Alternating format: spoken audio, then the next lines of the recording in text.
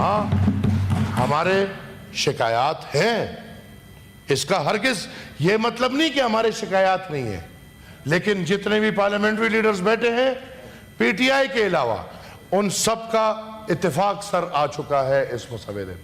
ٹھیک ہے، جے یو آئی کی وجہ سے 4 نکات اٹھائی گئی ہیں. میں انٹیریئر منسٹر صاحب کو کہتا ہوں کہ وہ نکات لائیں.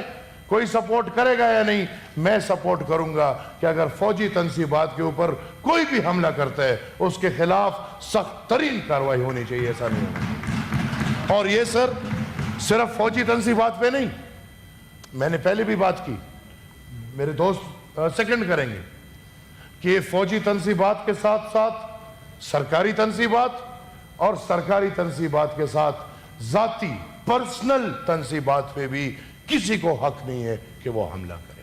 شکریہ سر کے پی ہاؤس کو تو آپ نے وارڈ دیا، ادھر تو ڈرامے باز بٹھایا آپ نے، کبھی بند کرا رہے ہو کبھی کھلا کرا رہے ہو.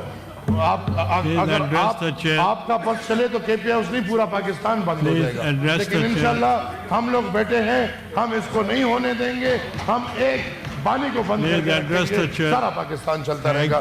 سر آئی ریکویسٹ یو کہ یہ باس مباحثہ اب چونکہ اس میں بہت مباحثے ہو چکے ہیں، 1 مہینہ مباحثہ ہو چکے ہیں. آپ بھی سر اس کمیٹی میں تھے، آپ نے کیوں نہیں اس کمیٹی میں بات کیا؟ علی ظفر صاحب آج آپ تنقید کر رہے ہیں، قوم کے سامنے ڈرامہ پیش کر رہے ہیں.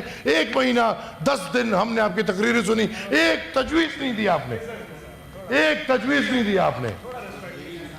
سر اگر کوئی بات غلط لگی ہو،